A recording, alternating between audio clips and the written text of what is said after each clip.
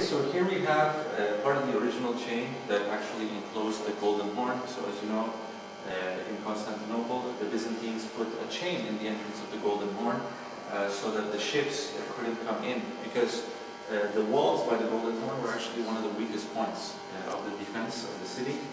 But what happened? Why did this change not work?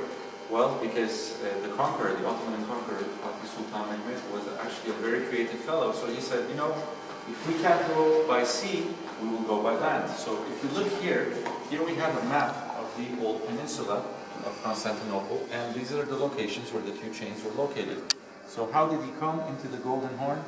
By land. He actually had his ships travel around what the ancient colony of Galata, the Genoese colony.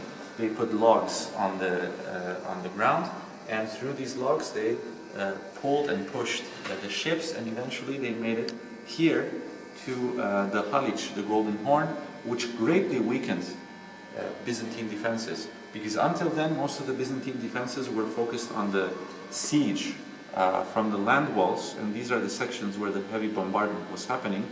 Obviously, the fact that they had breached and entered into the Golden Horn meant that the Byzantine defense had to spread even more.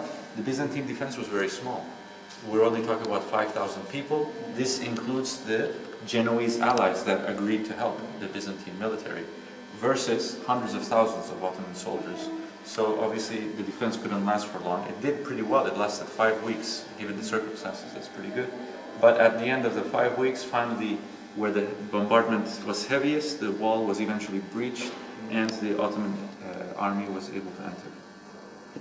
In 1453, yeah. 1453, May 29th.